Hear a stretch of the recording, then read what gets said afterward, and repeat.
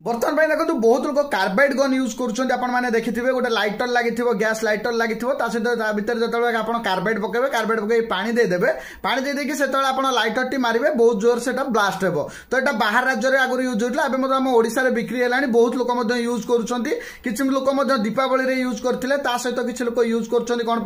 कौन